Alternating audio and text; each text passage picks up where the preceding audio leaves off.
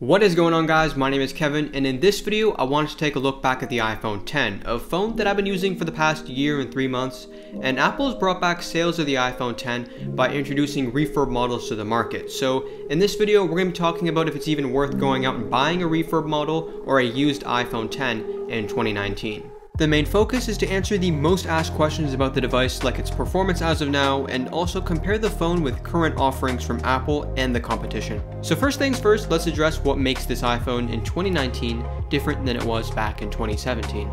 Well, when this thing initially came out, everyone knew it as the $1,000 phone that wasn't particularly ahead of its time in design, the specs, or even the performance relative to that 4-digit price tag.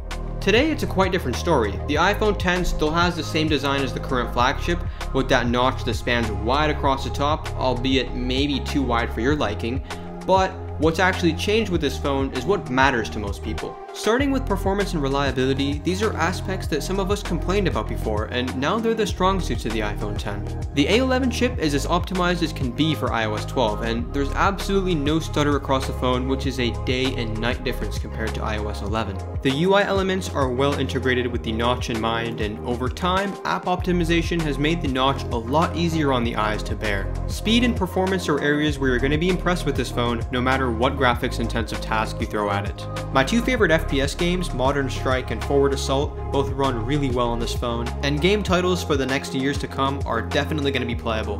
By today's standards, the camera quality for both photo and video are still fantastic, and quite honestly, even a camera nerd like myself doesn't feel the urge to upgrade solely for a better camera. Side by side with the iPhone XS, the only major difference that actually sets this apart from the older phone is the faster Smart HDR processing, and that's thanks to the A12 chipset being newer. Now that aside, the HDR photos taken on the iPhone X weren't extremely slow to begin with, so if you're a new iPhone X owner, this isn't going to be a problem. The front camera is also great as you'd expect on an iPhone. There is room for some people to complain since there isn't a wide angle mode, but honestly I hate wide angle selfies and they just don't do my face any justice. This is a feature that I suggest all manufacturers stay away from unless you're going to implement it correctly, like on the newer phones such as the Pixel 3 XL.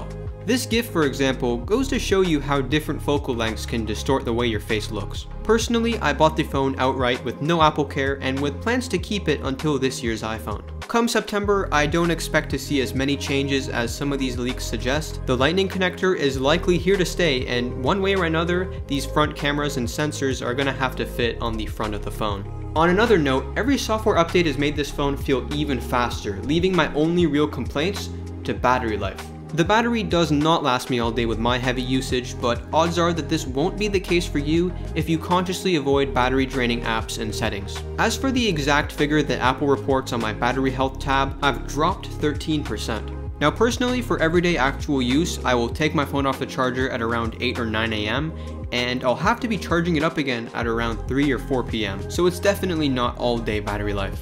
Throttling due to the degraded battery life is sure to be an issue eventually, but not for a few more years. Let's talk about durability. I'm glad to say my iPhone hasn't had any problems. I've dropped this thing a lot, but always with a case or a bumper on it. There are a few cases that I'd recommend, and I'm going to leave those linked down below as well as reviews for them, but if you insist on rocking the phone plain Jane, I'm almost 100% certain that some scratches are coming your way. Overall, I really can't complain. Apple's thought out the design of the phone just as well as their user interface. But it's also important to look at all of these aspects relative to the price. Apple's $770 refurbished models are by no means affordable or fairly priced. Now, if you're not locked down to iOS and the Apple ecosystem, another way to go for the $750 price range is the Samsung Galaxy XE, which is obviously a lot newer. In fact, the XE isn't the only close competition that's newer. The OnePlus 60 is worth a good look at, LG also just refreshed their flagships, and I'm loving my Pixel 3 XL. Despite this, Apple's brought back the iPhone X for a reason. It's for those of us who just really love iOS or don't really need those extra features like wide-angle selfie mode. You might even want to consider buying the X over Apple's newer XR because the build quality is better, you got 3D touch, and even the display is better. Sure, the $770 refurb models are almost stupid, but for that money you're getting a new battery in the device and a year of warranty. Resale sites like eBay and Swappa are great alternatives, but you are running a risk. If you're taking this route, at least make sure to check the device's battery before you pay up. So the important takeaway from this video is that the iPhone X has seen some vast upgrades over time with software updates that make it feel almost like a whole iteration better. But that's going to be it for this video. Thank you guys so much for watching up to this point of the video. Drop me a comment down below and let me know what device you're actually watching this video on, whether that's an iPhone, an Android phone, a Mac, or a PC. That'll kind of help me gauge the audience and bring you guys the most relevant content. So that's it. I hope you guys have enjoyed the review. If you did, leave a like, and I will talk to you in the next video.